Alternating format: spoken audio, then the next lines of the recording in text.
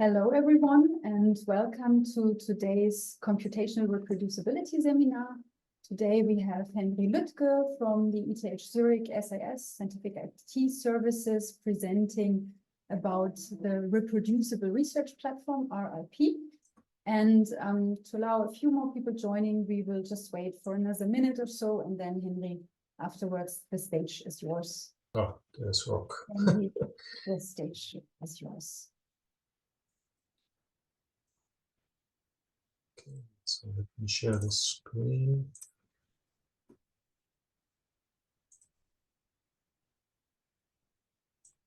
We see the slides. Perfect. So, good afternoon, everyone. Thank you for joining.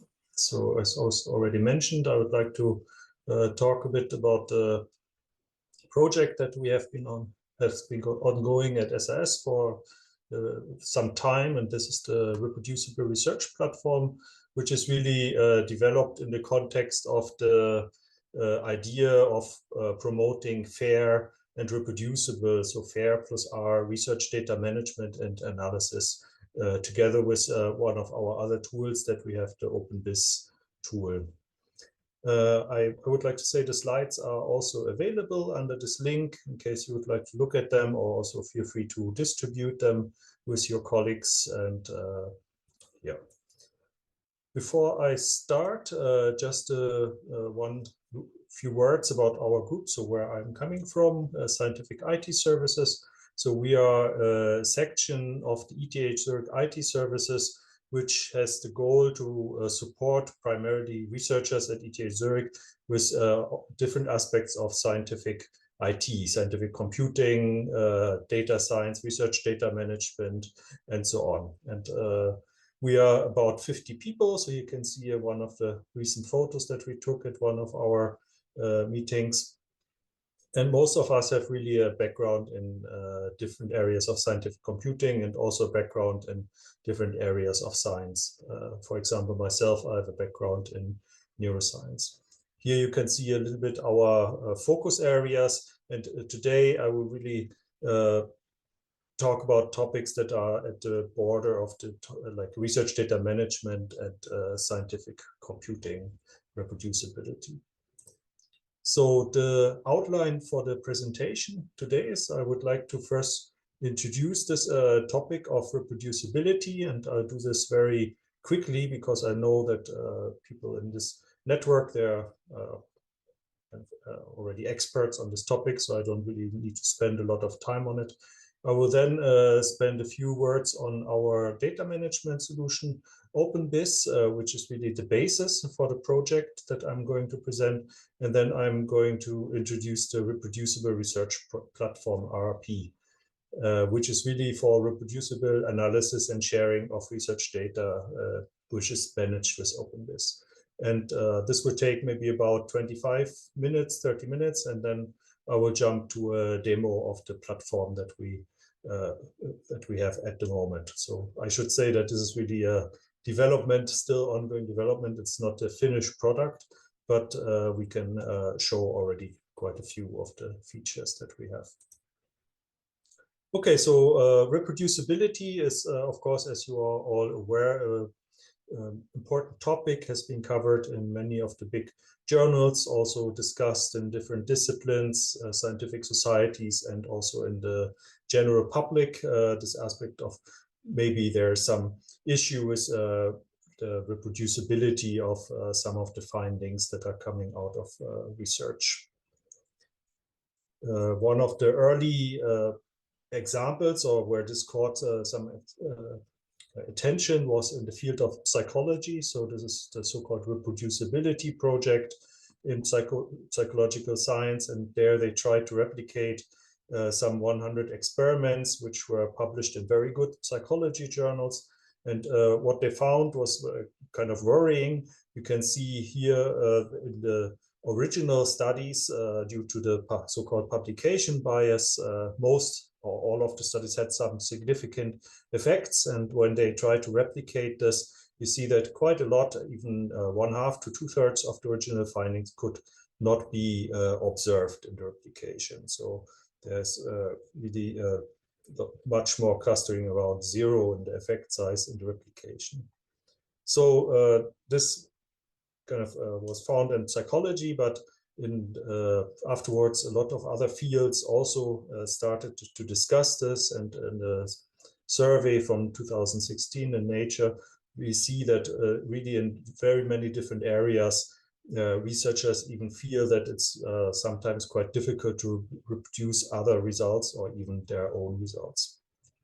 And that led to this idea that there might be something which is called the reproducibility crisis ongoing, that we are now talking a lot about, and which led also to, for example, the creation of reproducibility networks, where people want to address this issue. But let's maybe be clear, first of all, what we are really talking about. So there's different terms: reproducibility. There's sometimes people talk about replicability, and in my understanding, or the way I will use this, is replication is really something to do with collecting new data or using a new method in an independent study to arrive at the same finding. So, for example, if we go back to the field of psychology, if you do a study on like primary school children, measure reaction time in 6-year-olds and 9-year-olds, and you find that the 9-year-olds are reacting faster than the 6-year-olds. If you would like to, if you find this in Zurich, let's say, and you go then to Geneva and do the same study and get the same finding, this would be a replication. In most cases, this will not be exactly the same numbers that you get, but let's say the same scientific outcome of the study. Reproducibility, on the other hand, is really where we have the same data and the same methods, and we would like to get to the same results. So let's say, coming back to the example, if now the colleague in Geneva would like to first, before starting the study, get this look at the data and the results of the Zurich study, they would like to be able to get exactly the same results to the number, the exact number. And this is usually difficult, or classically it's difficult because studies are made available via publication, so it is disseminated via publication, and most of the information in the publication is, or the information that's provided in the publication is not really sufficient to reproduce the findings. What therefore is becoming more and more popular is then to add the publication with the code and the data, and also the information on how the code and the data can be run. And this is really what we're talking about in the context of reproducibility. So this has been also called computational reproducibility, and is really defined as obtaining consistent results using exactly the same input data, computational steps, methods, and code, and also conditions of analysis. And in order to achieve this, one needs to really provide complete information about the computational methods and data products, to the extent that is much usually not done in the publication, like in the method section of the publication. And crucially, this information should also include about the computational environment. What is also very important to say from the beginning is that, in this sense, computational reproducibility does not really imply, let's say, scientific correctness of the findings. So that's also very important to say. So at this stage, sometimes people say, well, that should not be too difficult. If I have the data, if I have the code, what could go wrong? And of course, all of us here or most of us know that this is not the case. So as is shown in this cartoon here, what happens a lot is that maybe you get some code from another colleague, a researcher, or you download something from GitHub, which belongs to a paper, and you try to run it, and it actually doesn't work on your machine, or you don't get the same results. So quite a lot of things can actually happen that prevent, let's say, the reproducibility of computational results. So the easy examples are if the code is only run on specific operating systems, so you have a special program that only runs on Windows, for example, obviously it will not be possible to run this also on other operating systems. Or you have external dependencies, you need a program that somebody does not usually have on their computer. These are like trivial examples, but it can also get more sophisticated or more complex, let's say, because usually we have dependencies in our code. So, for example, if you use Python code, you import some package, and even if the person who tries to reproduce it has got Python installed, if they don't have this package, then they will not be able to run it. And this can get also more detailed. For example, the version can have certain dependencies. Like this is an example here from NumPy. If the version changes and you use some particular random number generator, you would get different results without even maybe noticing it.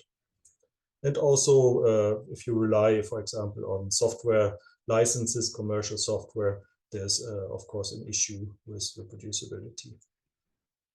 So what really has to be the case for full reproducibility is that all parts of a computational analysis have to be reproducible. And this includes the data, the source code, but also the like the analysis workflows, obviously, but also where everything is run. So the computational environment needs to be specified in order to be able to arrive at the same results. And the good news is really that there is a lot of tools out there that can help with doing this. So, for example, tools for source code management, Git is by now the standard, or environment management. We have data management systems such as openBIS that can help in the management of the data. But the challenge for researchers in the maybe also not so computational fields is oftentimes to put everything together. So to really put use these tools in an efficient way together, and that's what we're trying to address in the context of our data management solution openBIS with this RP platform. So before I jump to RP, I would quickly would like to introduce openBIS, which is kind of really the basic system that you need to know about, because it's really what RP is built on top on. So maybe if you're familiar with openBIS, that's not the next slides, not so interesting for you, but it's just a quick introduction here to openBIS. So openBIS is really a data management system for which consists of three different parts. On the one hand, it's the data management, so you will use it to manage your files, for example, but it's also an electronic lab notebook, and it's an inventory management system. So inventory management means you use it to, for example, manage your samples in the lab, materials, reagents, also equipment and operating procedures such as protocols. The electronic lab notebook is used for description of experiments, for description of different processes, and also maybe for description of data analysis. And finally, the data management is really used then to store the data connected to these experimental descriptions. So what I have to say clearly is openBIS is a solution for research labs, for working together in a research group. It's not really thought to be a system for using, let's say, on your own computer. And it's basically a Postgres database with extensive user interface developed on top of it. So the users, they access this via their web browser. So it's a web-based UI.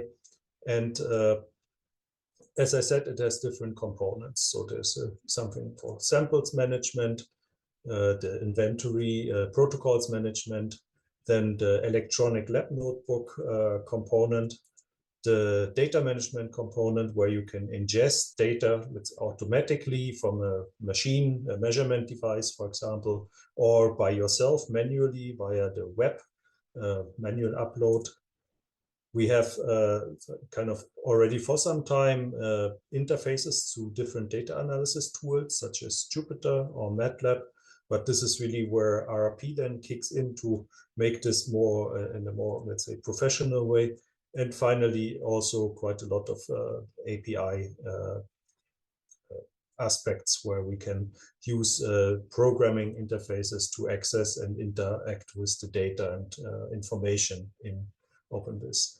And what is important to say is that all of these aspects can be used either together or also just some of them. So there are research groups which only use the ELN, there are research groups which only use the data management, and there are research groups which only use the inventory, for example. And some of them use all of these features. So that's really up to the research group to decide. Here, just some more background information or some more features that I think is really interesting about openBIS in the context of fair data management is that it can track all of these relationships between the different entities. So, for example, the lab notebook information is linked to the data, is linked to the inventory. So really, we can track the provenance of the different experimental entities that are usually in operation in the lab quite nicely. There's, of course, features for import-export, user rights management.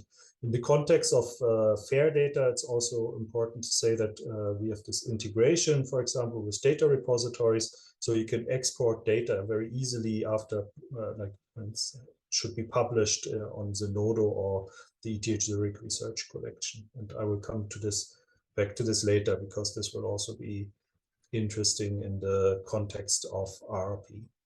So if you would like to find out more about openBIS, here is the link where you can also get the documentation.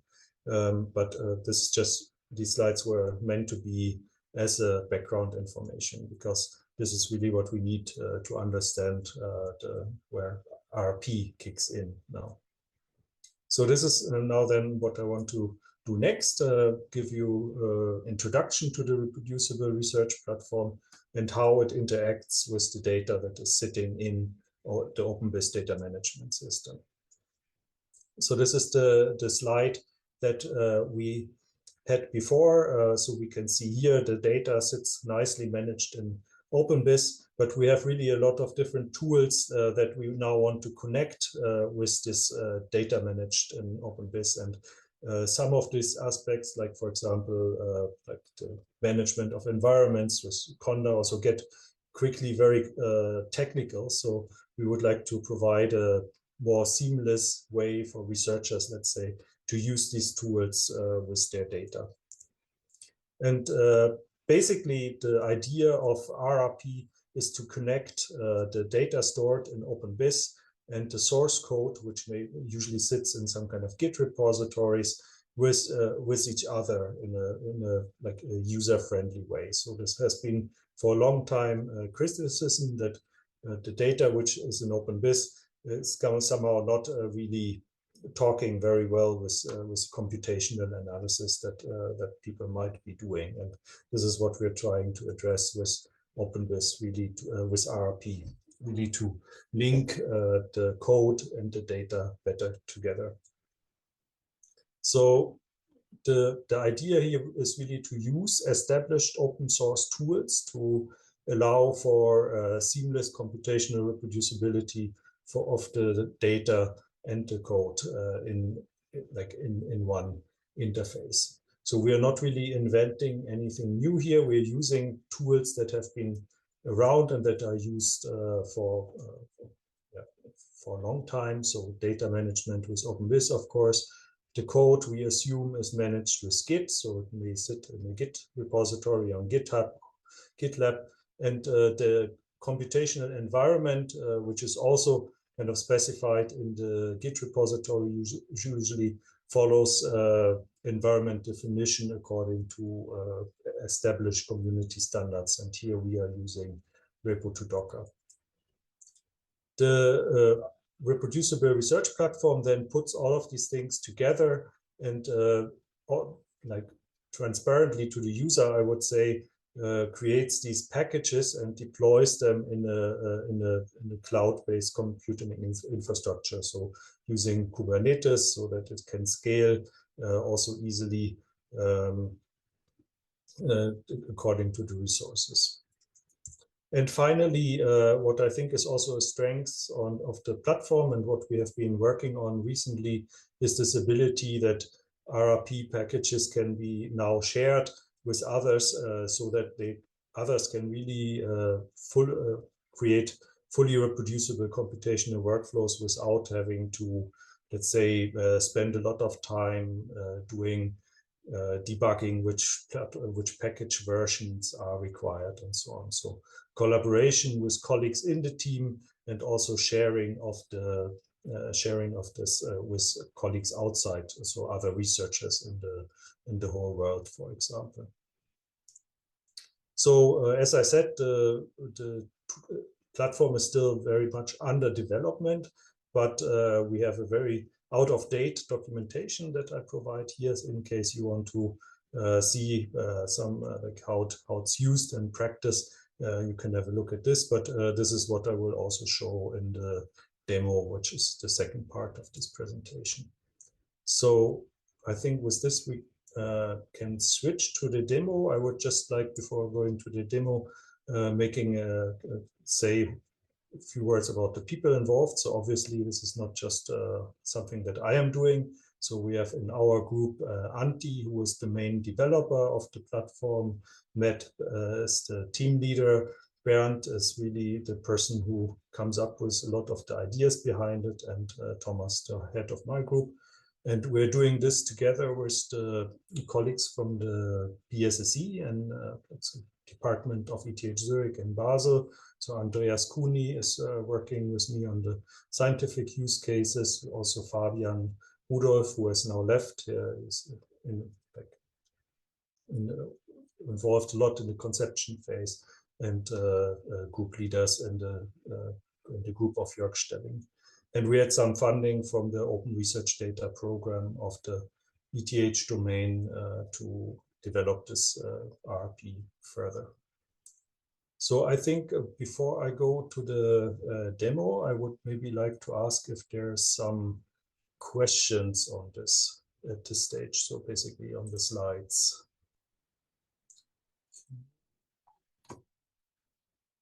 So for those that came in late, maybe you missed it. I put you also the link to the slides in the chat quickly, so that you can get this.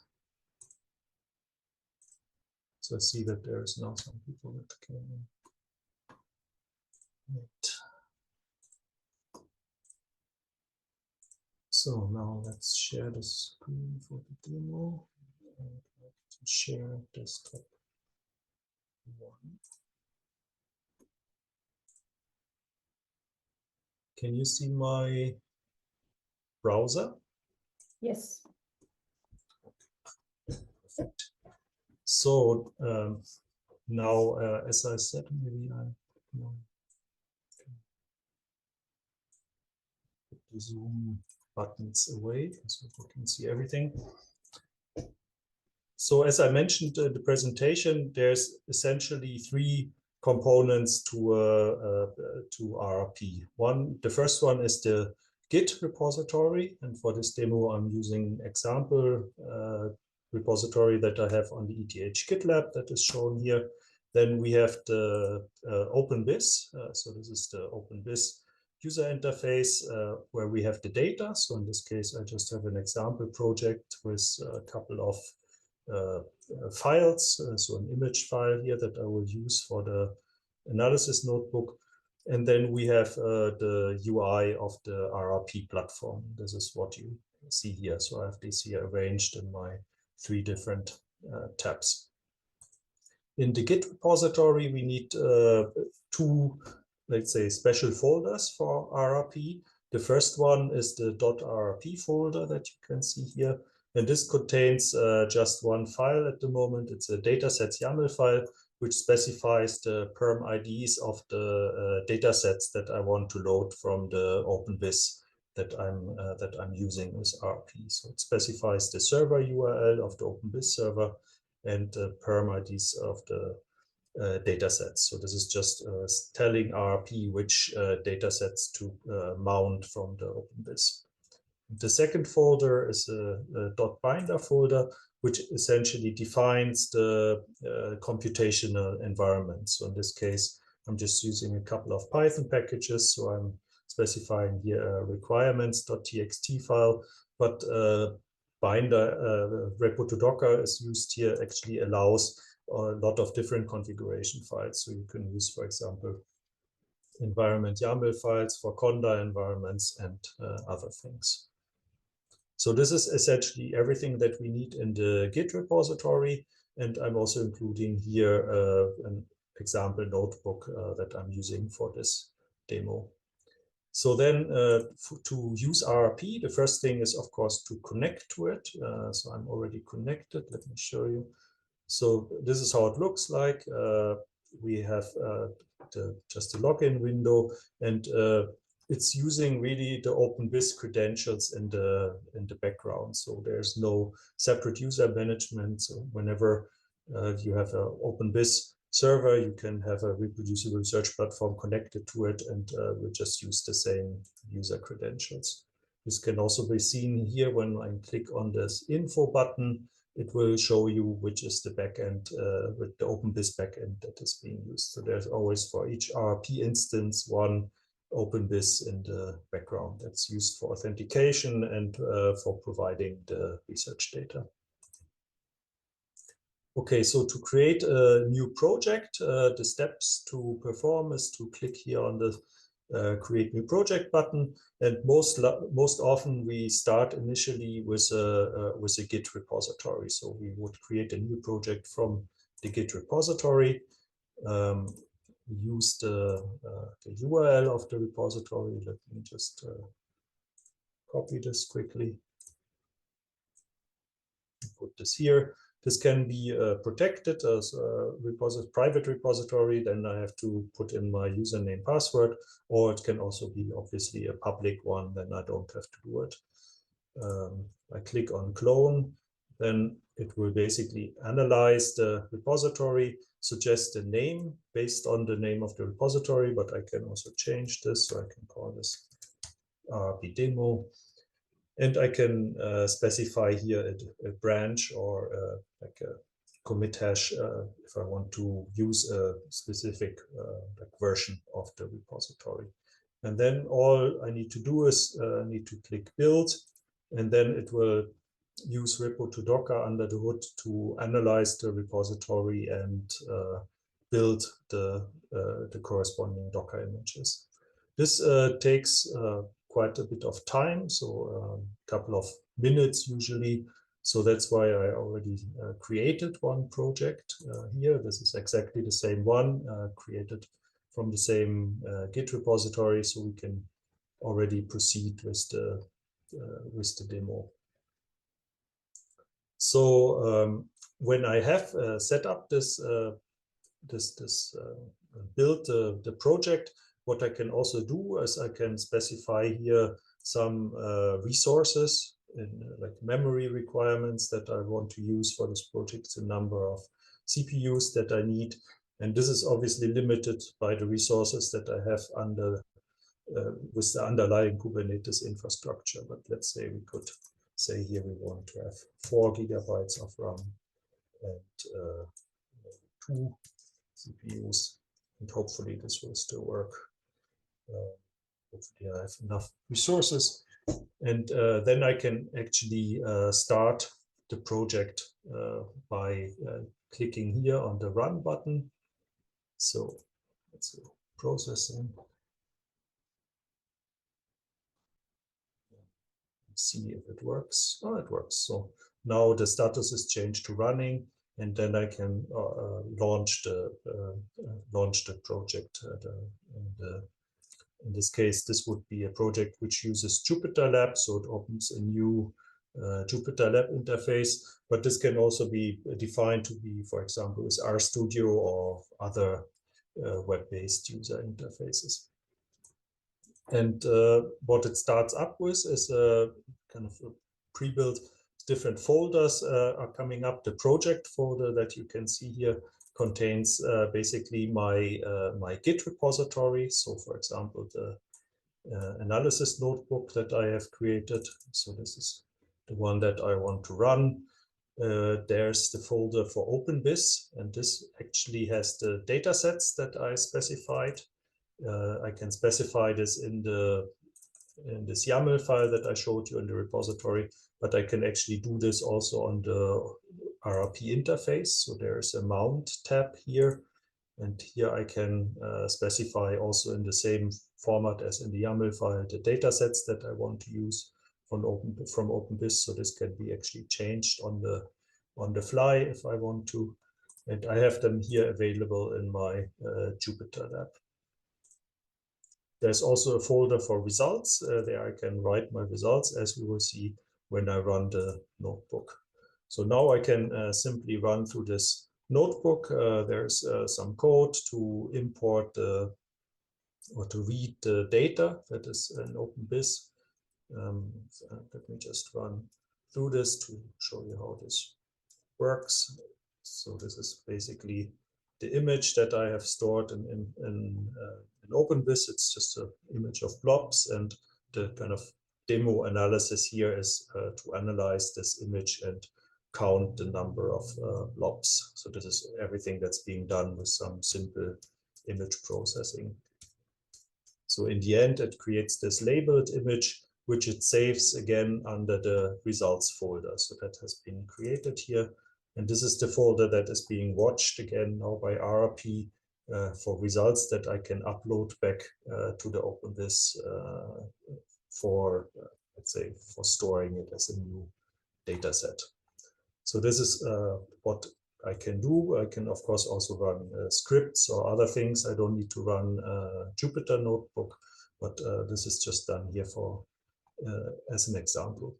So if I go back now to the platform, if I click on the results tab, I see that here a new results file has been generated by my analysis.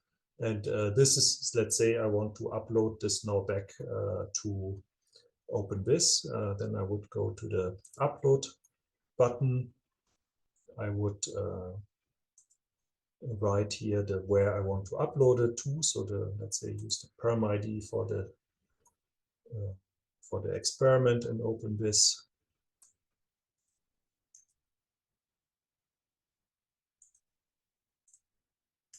Say what it is. So it's analyzed data, and one can have also some optional information here. And then I can click on upload results. And if everything works well, then this data set that I created should now be visible, stored in openBIS. Let's see.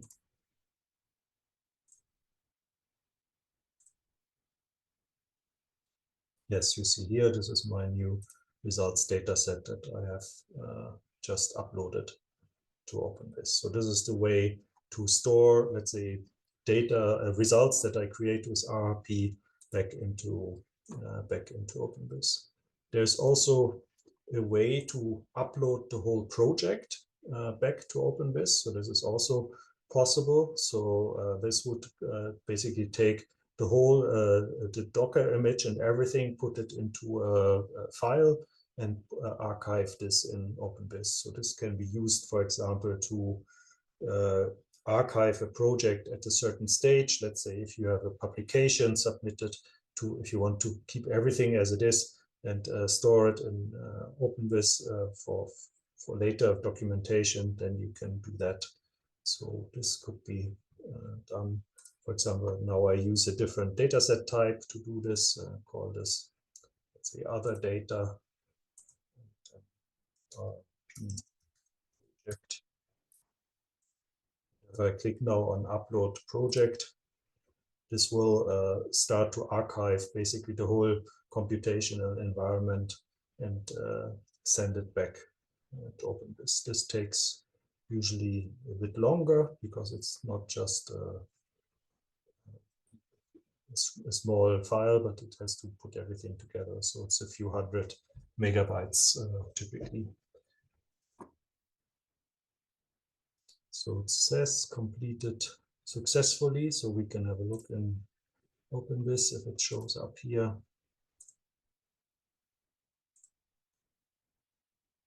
So here you can see now that the whole project has been archived. So there's a image file, about a couple of hundred megabytes, as I said. It also keeps the repo to Docker version and puts a compressed or archived version of the whole code repository also in openBIS. And what I can do at a later stage is, if I want to, let's say, run this again after a couple of months, and if I need to address reviewer comments or so, I can actually recreate my whole RP project here by creating a new project, then not from a Git repository, but from openBIS. I will not do this now because it takes a bit of time, but this is a possibility that we also then have to go back from openBIS to RP with the project.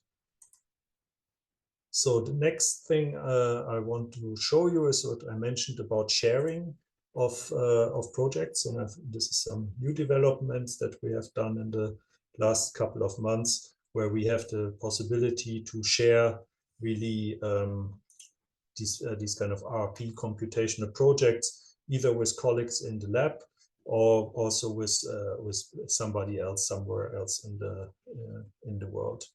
So the most important information to know about sharing is that the repository has to be clean before you can share it with somebody else. So this is for consistency. So you need to have all changes committed back to the source repository. And once this is done, there's essentially 3 ways of sharing RP repository. The first one is via a share identifier. And this is essentially just meant to be for users of the same RP instance. So I can create a new share identifier. Let's call this demo1.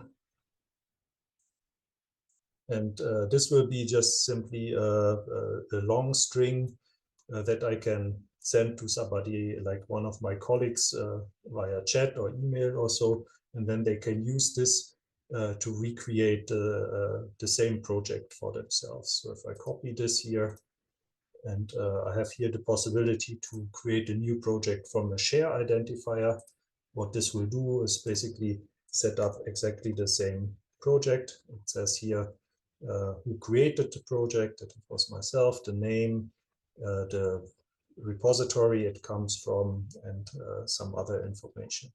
If it's protected, again, I need to provide the user information, but then I can clone this.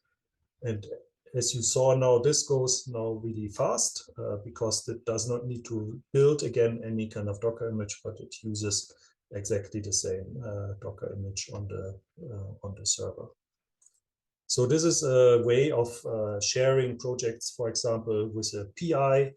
This is one of the use cases. So let's say the postdoc or PhD student has done some analysis and wants to give it to the PI. They can very easily just use the share identifier, and then the PI can rerun the same analysis. Now, the next thing that we have worked on is what we call player bundles. So player bundle is very similar to what we have seen in the upload of a whole project to openBIS. So it basically puts everything together in a file, the computation environment, the data, the code, and one can then download this to the computer and run it basically on any machine where Docker is installed. So I can show you how this works. So I already created here a player bundle. Let me delete this just for clarity. So let's say demo 2. If I create this player bundle, then RP will basically analyze the project and put all the information that it needs, like the Docker image and so, in in a file. This takes a bit of time, as you can see here. So it assembles everything. And once it's done, I can actually download this to my own computer via the download button that will become available here. So now it's complete. As you can see, I can download it here.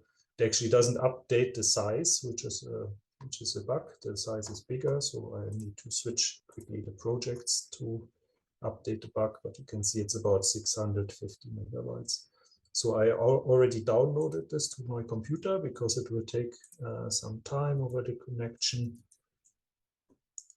So once you download this, or you can share it with somebody over, I don't know, Polybox or on the repository, you get this zip file on your computer that you can, extract. And there are some scripts in there for different operating systems, so for Linux, Mac, or for Windows. And when you run these scripts, basically just need Docker installed in order to run the whole computational workflow on your own computer, and without having to deal with installing dependencies and so on and so on. So you can see here now it's loading the images. And then it's starting exactly the same Jupyterlab that was running previously on the server. This is running now on my own computer. I can start a Jupyter notebook and run it and get exactly the same results. So this is the use case of the player bundle. The application here is really for let's say small to medium-sized projects, because here you can see that this includes already just the basic image is a couple hundred megabytes. So if you have substantial amount of data, then this will not be feasible anymore. The file that you need to download will be just too large. And for this case, so for larger applications, we have developed a so-called player script, which is essentially a way of offloading all the data intensive things to somewhere else. So first we export the image to Docker Hub. So this is done here by this export image button, happens completely automatically. And once it's exported, it says here that this is exported. And then we export the data sets either to the research collection of ETH Zurich or to Zenodo via the openBIS export. So this you have to do an openBIS. And once these two conditions are fulfilled, basically I can create a player script that I have already done, but we can just download it once more, which will be now a very small file, as you can see. So this is the player script that I just created, and will just be a couple of kilobytes. And when I run it, again, I need to have only Docker installed. This will basically do everything now this works very fast because I've done this already before in the preparation. It will fetch the images from Docker Hub. It will fetch the data from Zenodo, and I can run again exactly the same analysis. Yes, so this is what I have prepared in the demo. This is the things that we have so far. There's of course some further developments planned, as was already said in the question. We plan HPC integration with the Euler cluster of ETH Zurich, and also maybe some other things that are currently being planned. So yeah, that's the end of the demo. So I will stop sharing my screen.